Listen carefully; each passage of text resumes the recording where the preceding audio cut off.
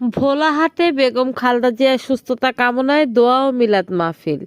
মোহাম্মদ রনি রজব এর পাঠানো তথ্য ভিডিওচিত্রে দেখুন বিস্তারিত প্রতিবেদনে।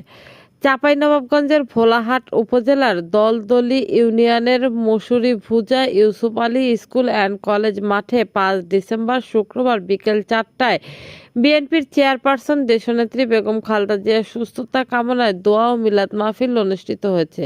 প্রধান অতিথি হিসেবে উপস্থিত ছিলেন জনাব আলহাজ মোহাম্মদ আমিনুল ইসলাম, সাবেক এমপি। আসন্ন ত্রয়োদশ জাতীয় সংসদ নির্বাচনে বিএনপি মনোনীত সংসদ সদস্য পদপ্রার্থী 44, চাঁপাইনবাবগঞ্জ 2 শিল্প ও বাণিজ্যিক বিষয়ক সহ সম্পাদক, জাতীয় নির্বাহী কমিটি বিএনপি।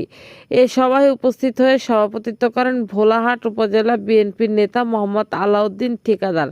প্রধান অতিথি উপস্থিত হয়ে বেগম জিয়ার সুস্থতা ও রোগ মুক্তি ও দোয়া কামনা করে বক্তব্য দেন।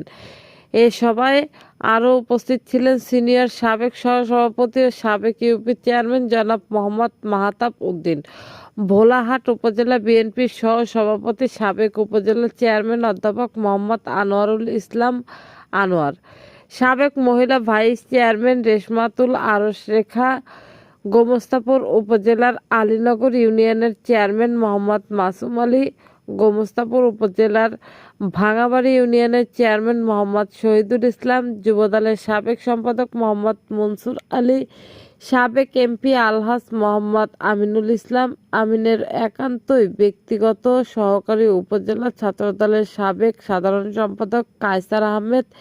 এছাড়া উপজেলা বিএনপি ও যুবদলের ছাত্রদল সহ অন্যান্য অঙ্গ সংগঠনের নেতাকর্মী উপস্থিত হয়ে দেশনেত্রী বেগম খালেদা জিয়ার রোগ মুক্তি ও সুস্থতা কামনা করে বিশেষ দোয়া পরিচালনা করা হয়।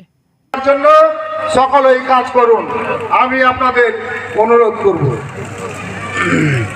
তাই আমি আমার বক্তব্য না বাড়িয়ে আমি আমার সংক্ষিপ্ত বক্তব্য শেষ করছি।